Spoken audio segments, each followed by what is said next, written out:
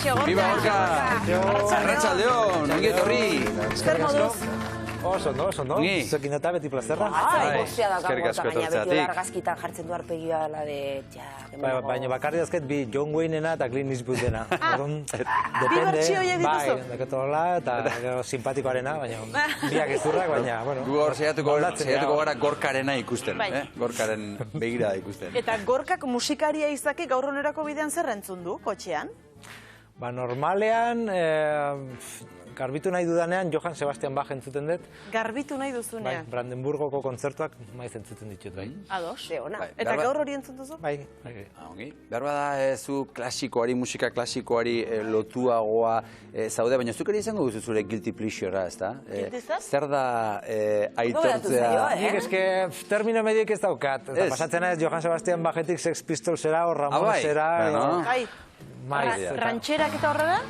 Hori ez horren beste, baina, bueno, musika estilo guztietan daude gauza politiak. Bai. Bertin Osborne eta horrelakorik ere ez? Hombre, gauza honak esan dut.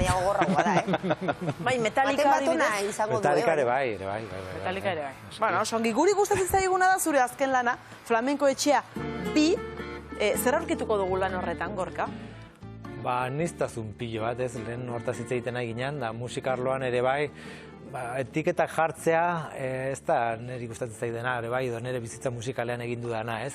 Bizkat oso identifikatuta sentitzen etzan lehengo elkarrezketarekin, ze ez dakit, azkenan nahi dezuna egiten dezunean, horrelako zerbait ateratzen da. Jose Luisekin dugu bat daukat, Jose Luisek flamenkoa jotzen du, ni euskalduna naiz, noski, flamenko eta musika euskalduna badago, baina berslari afrikarrak ere bai, eta ingrediente desberdin pilo bat, eta nik uste berexia ditu dela. Lehen asketa politoiek egiteko musika asko entzun behar da, ez? Hemendikan hartuko eta uneretzako, hemendikan hau, eta gero asketa izugarri horiek egin, ez? Bai, baita, baina batez ere pertsonak dira. Nik uste Jose Luisekin askotan esaten dugu, nik berarekin bat egiten dut flamenko musika eginaz, baina niri zait bereziki gustatzen flamenkoa, gustatzen bereziki Jose Luis. Eta musika afrikarra, ez bereziki aditua hortan, baina muen bana entzun nuen, eta esan, tiponek abestu garrauka diskoan, bai edo bai. Daudenak dira pertsonalidade oso desberdinak. Badaude txistulariak, txalapartariak, bertsolariak, trikitilariak, baina dauden guztiak nik uste direla nahiko bitxiak, Jon Maia, ez da bertsolari normal bat, edo Gariko Mendizabal, nahiko ezoizko txistulariare bada. Ezoikoa, sako dugu. Normal.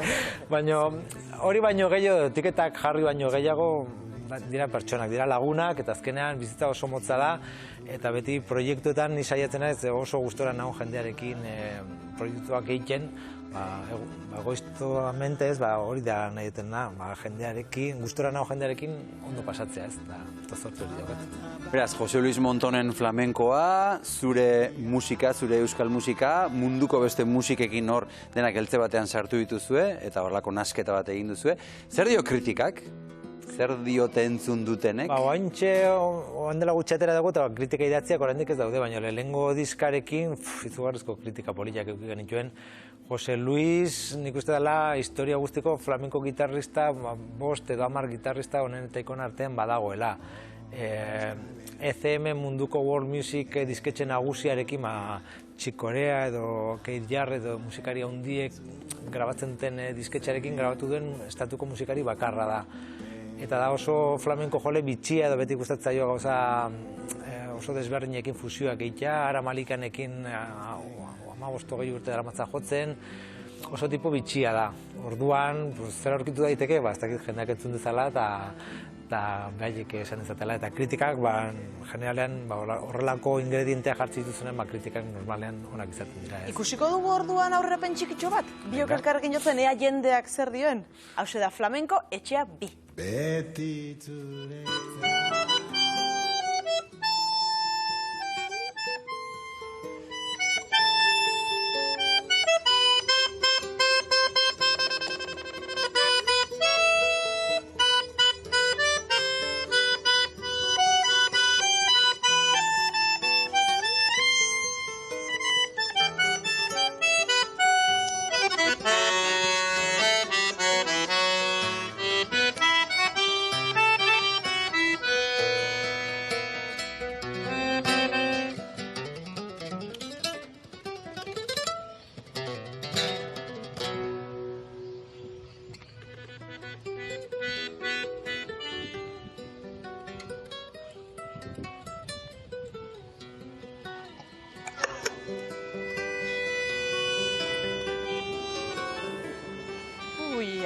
Ze musika, ze polita, hor, Ipurdia jartzen du, margo eta hormairudio horren aurrean, ez da?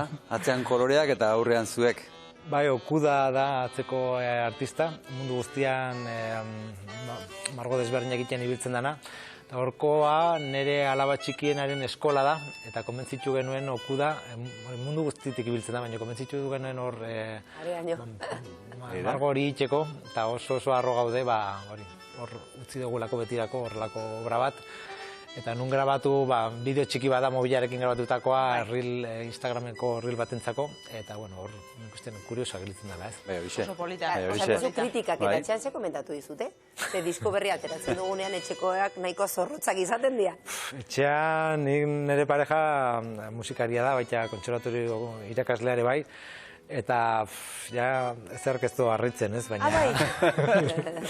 Bai, baina beti zerbait berria egiten dudanean berari jartzen diot, eta berak beti oso zorrotz eta beti ematen du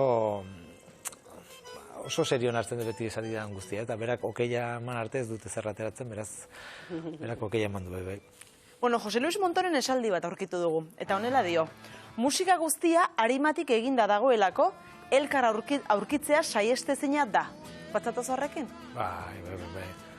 Nik uste, Jose Luisek sekulako sentimenduarekin jotzen duela, kriston sutileza dauka, eta bai, arimatik ateratzen dana. Azkenan, mundu zabalean ibiltzeko modu bakarra, benetan barruan daukazuna ateratzea besterik ez da.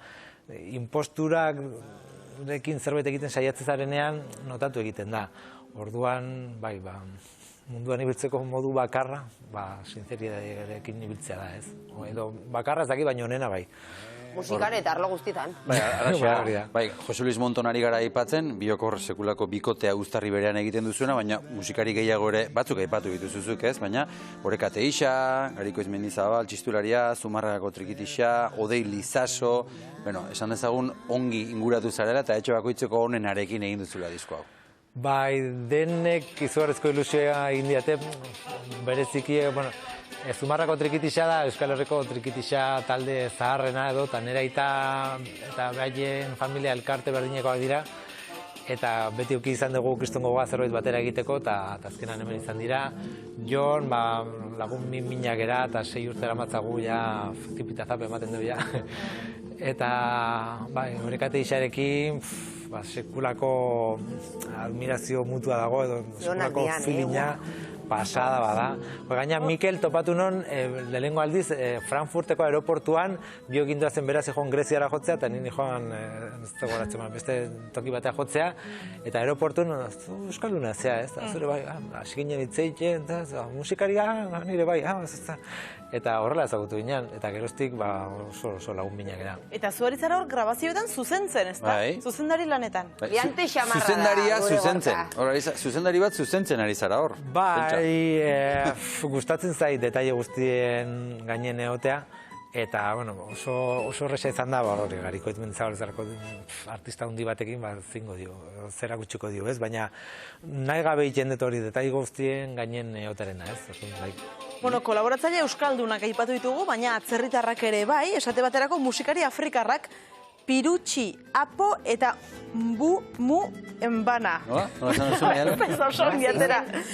Pirutxi, Apo eta Mu Embana. Nolako izan da esperientzia? Pasabat. Mu,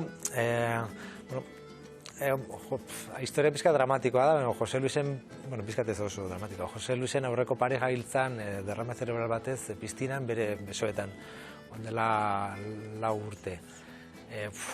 Eta orduan, zan pertsona eta asko maite genuena musikari guztiak, eta egin nion omenaldi bat Sala Galileo Madrideko sala mitikoan, eta zeuden babeslari famatu pilo bat, artista oso ezagunak, aktoreak, eta derrepenten igozan Mu Embana eszenariora, eta hasi zan abesten, da zan oiana, baina estado puro, baina kriston otzikarak. Da junitzen bagana, kriston besarka eman nion, da zan urrengon, deituko zaitut, eta torri da 3-4 alditan gure etxera, eta musikariaz gain,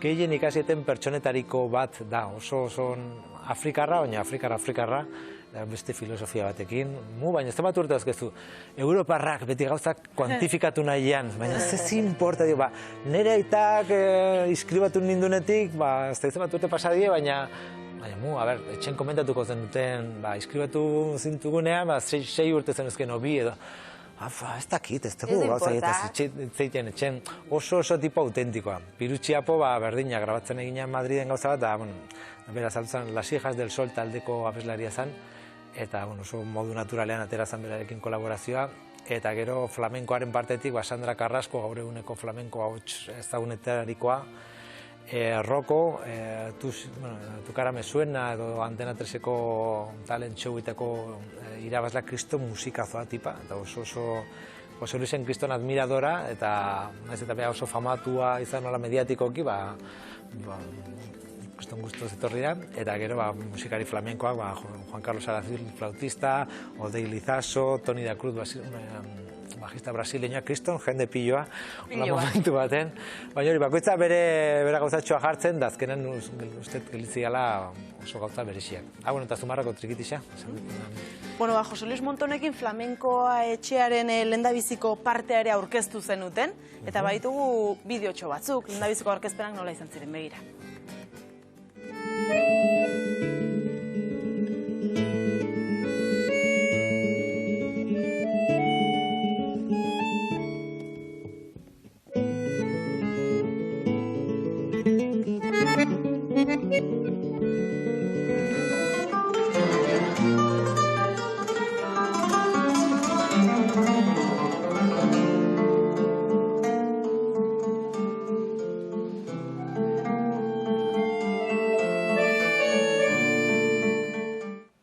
Hortxe, bi artista, bi arima elkarre arrimatuta. Eta noiz hasi zen, nola hasi zen dena? Nola jakintzen duten zure akordeoia eta Jose Luisen gitarra biak elkarrekin ondo ezkontzen zirela? Historia da oso grazioso edo. Behin, bandela 15 urte, jasonon dei bat ola zapata doa entzute zana, baina etziaten mezur ikusten. Hirugarren o laugarren aldiz, jarretzan da, telefonoz da, ni Maria del Mar Moreno bailaora naiz, ezautzen ozu ez da, ni urretxun, flamenkoa, bertzen dio, aurreko hortan irabazi non Jerezeko festivaleko kritikako saria, ezautzen Jerezeko festivala, ez da? Ez que urretxun... Jereza bai, baina... Flamenko munduko festivala hundiena, eta eman zaten sari bat, eta orduan aurten egin barra dauka zerbait autobiografikoa, eta pentsatu dezuk egitea, La Bien Rouge, Edith Piafena, baina flamenko bersioan. Hortarako Jose Luis Montonekin kontaktuan jarri zian, deitu nion, da esan nion, bializkizkea zu partiturak edo, yo, partitura, bienvenida al flamenco, aquí nahi dezu.